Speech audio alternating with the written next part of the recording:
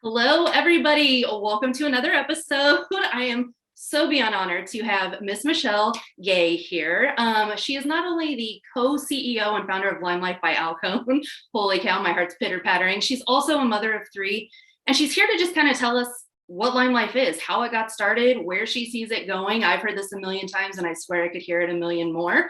And it doesn't get old. So I'm not going to take up her time. I'm going to let her share that, ask her a few questions at the end, and we will move on. So Michele, take it away. Thank you. I appreciate it.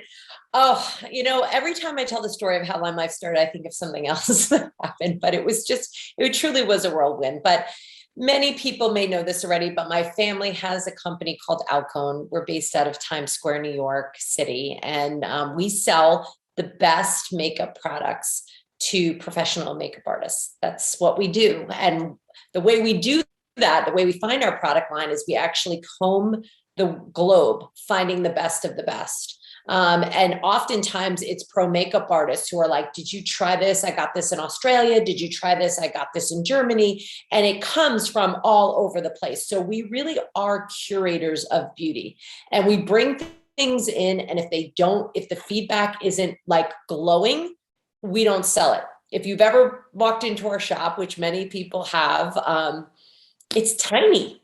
And we like it tiny. We could make it bigger, but we like it tiny because when you have tiny, you're always just getting the cream.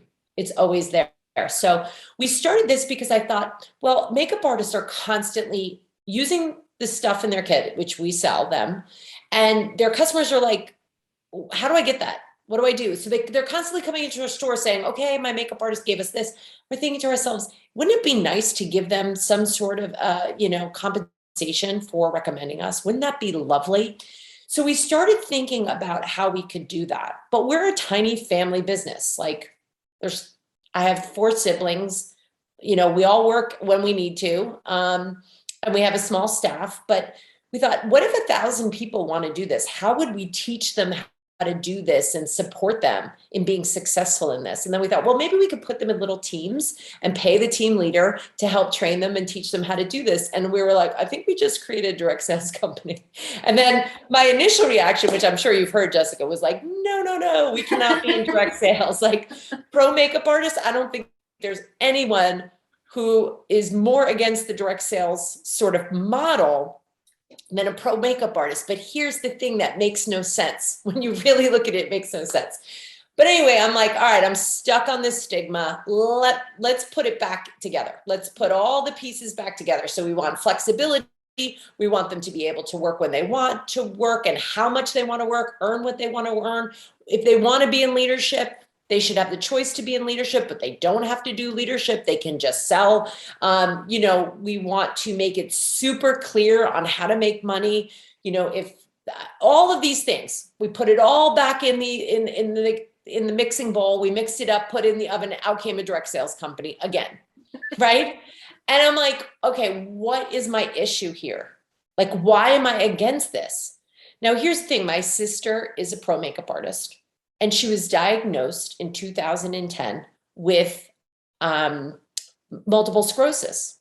So in my head, I had a real compassion for the fact that our pro makeup artists that had supported Alcone don't have forever in their career.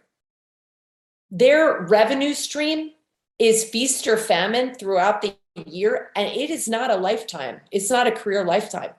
But what they're doing is they're leaving money on the table because their customers want the products, and they can give them the products and get a commission on those products if they would just get past the stigma. And I had to be the first person to do that.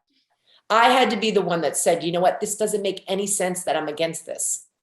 Now, I really had to think long and hard. And the thing that I did not like about direct sales, the thing that most people don't like about direct sales, is sometimes the community and the culture can be unprofessional, right? So it can be that cat culture. And the second one is we didn't want a lack of professionalism. We didn't want someone who built this beautiful brand on artistry and professionalism to have to, feel like they were compromising that because they were selling LimeLife. We wanted to be the entity that matched or elevated their brand. But what happened was, is I went out into the world with these products and I was showing everybody what we had. And these everyday women were like, wait a minute, this foundation, I don't even feel it. Like, whoa, this eyeshadow, I've never been able to do an eyeshadow look. And this is blends so easily. Or, why do my lashes look so long? Or, why is this lipstick staying on? All of that feedback. And then they're going, can I sell this too? Or do I have to be a pro? And the answer was, why not? Why not? And what we started seeing happen and what continues to happen is the pros help the women who are not trained professionals. And it becomes this culture of empowerment and collaboration. And the women who are not pros might give them tips on how to have better customer service. What can make them more efficient, how to spend their time when they're on set.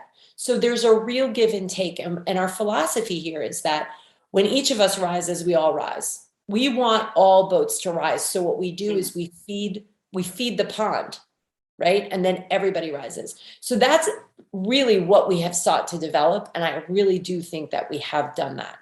But my purpose started like that. And then I started seeing this real need for female empowerment. I started seeing that the people who were showing up were unlocking this confidence that they didn't know they had. And I'm like, we're onto something here, because when a woman can unlock her confidence, she has the power to change herself, her family, her community in a really big way. But then I got even more specialized, because I was like, you can't help someone if they can't help themselves financially. So with empowerment comes the road to female financial empowerment.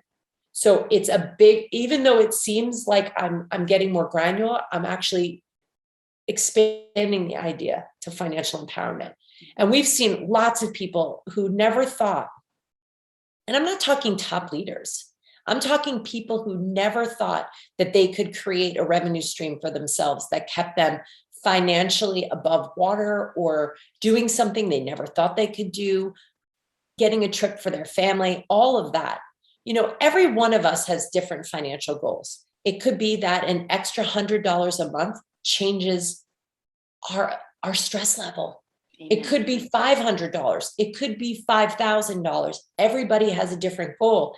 And the thing we love about this industry is I don't have to work for someone and hope that they care about my financial goal. You get to decide, this is what I want to make. And the markers for how you get there are very, very clear.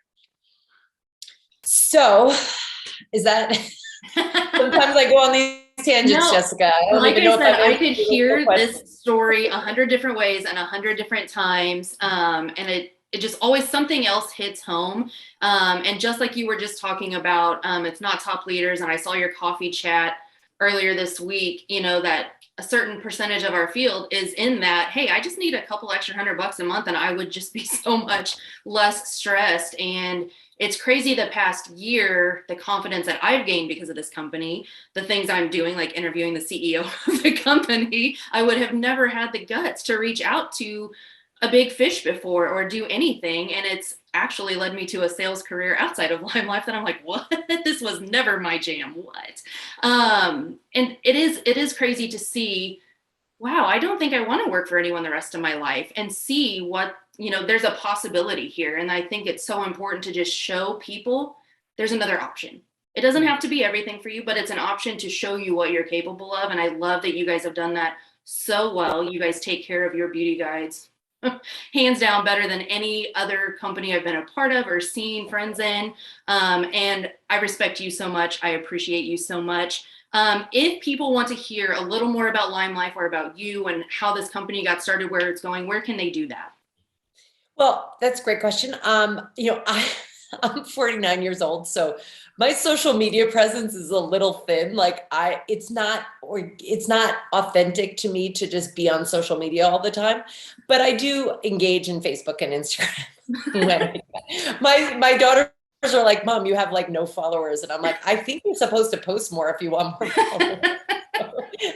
But I do, if you read through my Facebook feed, I do try to make a statement on my Facebook feed about who we are and what we're about. So, it's there. But the other way to, a lot of the writing that I do is on our LimeLife blog. So if you go to limelifebyalcone.com and you go to the top, you can connect with our LimeLife blog. And I write a lot there. And I get some really great emails about those blog posts, which really makes me happy because I think I don't know that we've done a good job of putting those out in the world, but they really are sort of me exposed. They're sort of me, like, I really make myself sort of like shed it and write it and then like put it out there.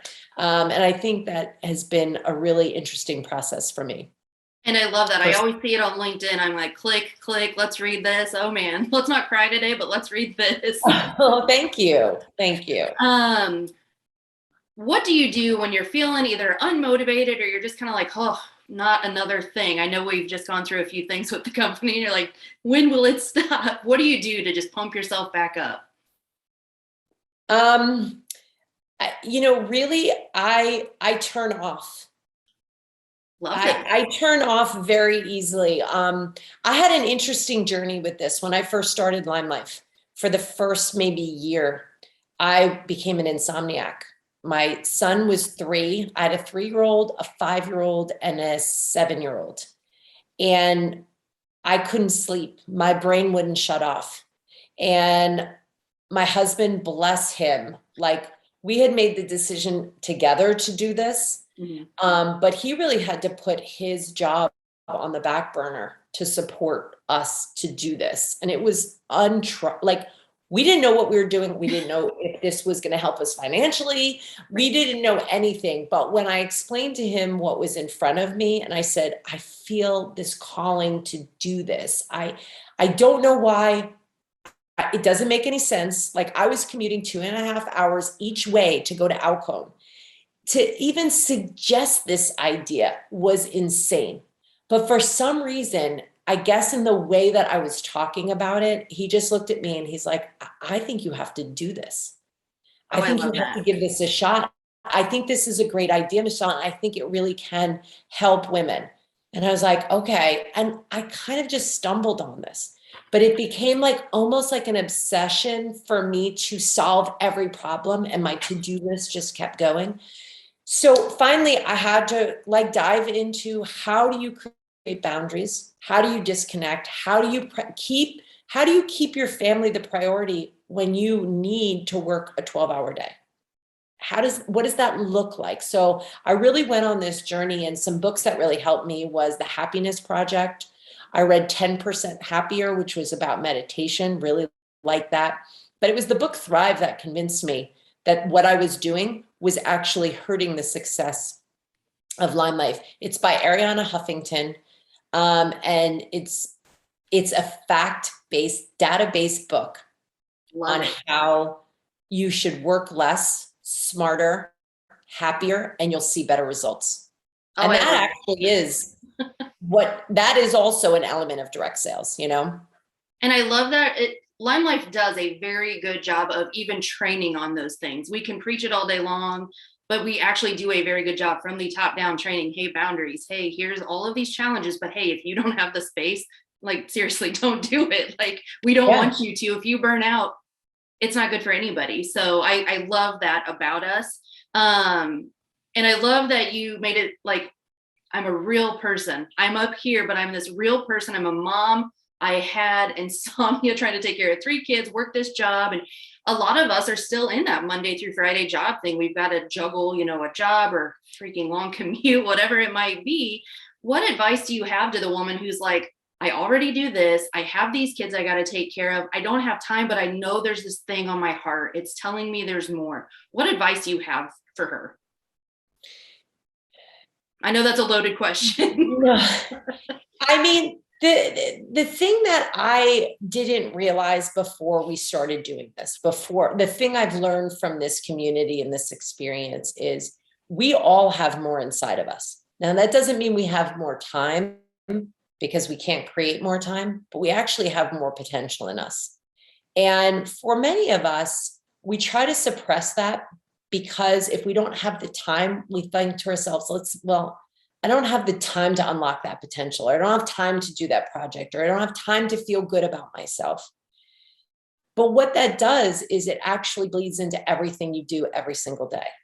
So the question that I ask my kids now, here we are, my oldest one is in college, my youngest one is 13, is did you guys have a good childhood?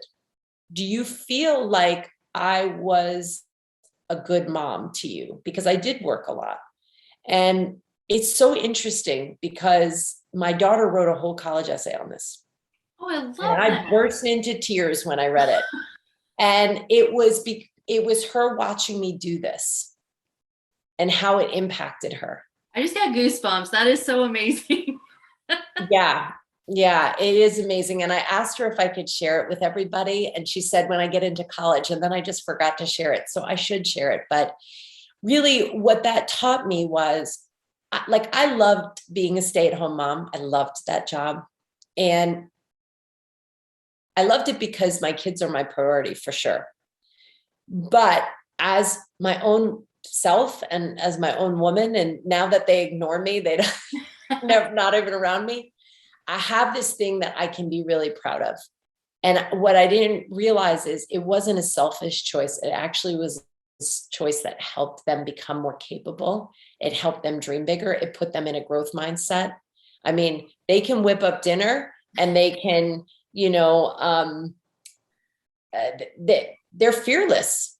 They're fearless. And, my daughter who's 16 last year, she decided to go to camp to Alaska for 2 weeks. She didn't know anyone.